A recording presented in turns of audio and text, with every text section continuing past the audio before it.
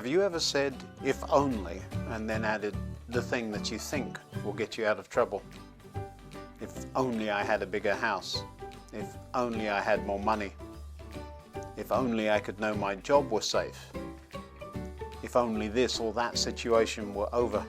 Or perhaps, if only I could find some buried treasure. My name is Ian Currey and this is Thinking Out Loud. Come on, let me tell you what I think.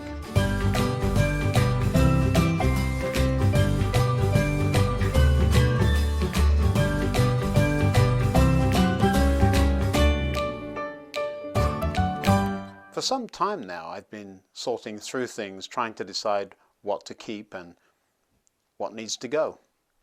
It's not my favorite thing to do at all, and I often get distracted by something or other and then explore that instead. You know how it is.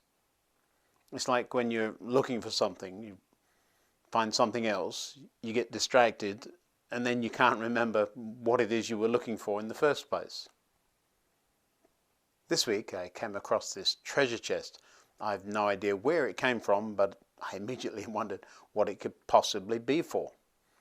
Some of you who are super observant might have seen it somewhere before. It's way too small for any serious treasure and way too big for the 4mm of the footworld of the model railway. This would be huge there, but what if? Come on, let's go and see what's going on Hever Road. This is where we've met a few of our friends, isn't it? Do you remember?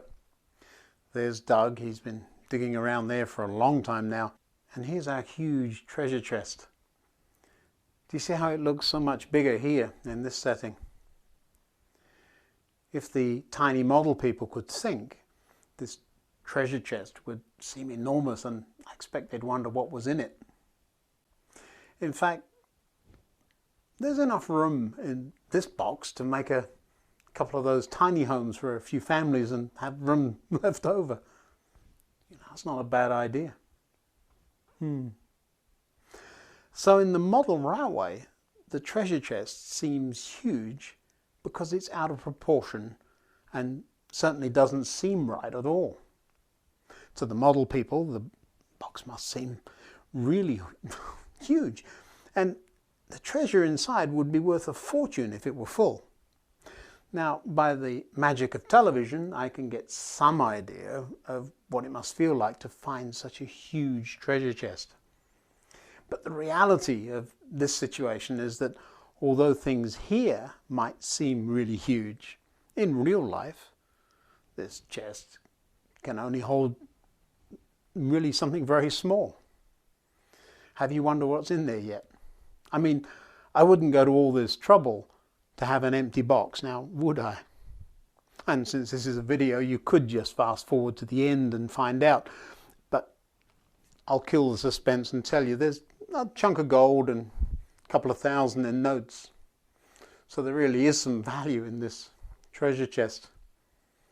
Now, if the model people ever knew, they might want to take it and buy the town from the evil landowner. But that's a story for another day. This whole treasure thing is just silly, isn't it? But is it? By playing around here on the model railway, we may be able to help with what Jesus was talking about in the book of Matthew when he said, "Don't store up treasure here on earth." Having this treasure here might seem like a great idea. Well, here it's huge, right? Well, back in the real world, this treasure chest would be so small and it just can't hold thousands and a lump of gold worth a fortune. Well, I can't stay here all day. Let's take the treasure with us though. So in the model railway, the treasure chest seems huge because it's out of proportion and certainly doesn't seem right at all. When the boys were small, whenever I travelled to faraway places, I would bring a few coins and notes back for them to see. Sometimes the notes had high numbers on them, like these, 1,000 shillings and 1,000 lira. And together these would make about 50 English pence, so well under $1. This lump of gold might seem huge to the little folk in the model town, but while the money is of no real value, the gold represents something much more important. It's my wedding ring, of course. Now, some of you aren't married, but you can still appreciate what this might mean to me after wearing it every day since 1984. This ring represents something very precious and something far more valuable than the value of the gold it's made from. It's all about what it represents. So while this ring represents a commitment I made to Hillary long, long ago, it also represents all the things that we've been through together and all of the things we will go through together in the future. So yes, it has great value. Now, over on Hever Road in the model railway, in that strange reality, I could perhaps have worked hard all my life to fill up that big treasure chest with gold or whatever and lived happily ever after. Well, at least in the pretend world. I suppose it might be something like filling a room like this with money and treasure. And to do that, I'd have to work a lot of extra hours, spend a lot of time away from home and choose between family and work. Now, we all know how silly that would be, but there are some positive arguments for it. Well, if I do that for a few years, I would be able to look after my family so much better. And then I'd be able to buy a bigger house and would be happier. I wouldn't have to work so much, and then even if my job went away, we would be just fine. But then there are situations that come along and we hear ourselves saying, if only. But then the if only is, if only I'd spent more time with my family. If only I'd spent more time with the people I love. Paul had something to say about this in Philippians chapter 4. I have learned to be content with whatever I have. I know how to live on almost nothing or with everything. I have learned the secret of living in every situation, whether it is with a full stomach or empty, with plenty or little. Paul could easily have reason to sit and say, if only, instead of saying, I have learned how to be content with whatever I have. Jesus also had something to say about this. Look in the book of Matthew chapter 6. There Jesus says, wherever your treasure is, there the desires of your heart will also be.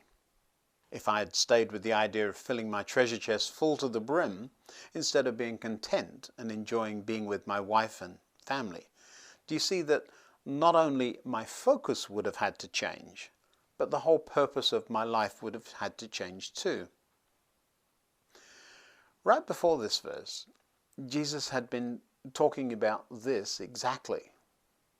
Don't store up treasure here on earth where moths eat and where thieves break in and steal. Store your treasure in heaven where moths and rust cannot destroy and thieves do not break in and steal. Do you see how silly it would be for me to dig around in the model railway world for treasure? Jesus has a similar view of our real world as I do of the model railway. How much time do I want to spend making things work here when I have a chance to influence things that will happen in other people's lives in the future or in heaven that last forever? How often have I prayed for other people, and what impact will that have in their future? Have I helped all I can in situations that affect people's lives, and perhaps in ways that I will allow them to thrive, not so much with treasure, but spiritually? Or am I spending too much time worrying about things that are a lot less important if I stop and think about them? Where is your treasure? And what do you value most? Does the way you act really show that what you say you value, you really do? Now, if you've enjoyed this video, go ahead and share it with your friends. It seems that many of you are enjoying watching the trains go by with me.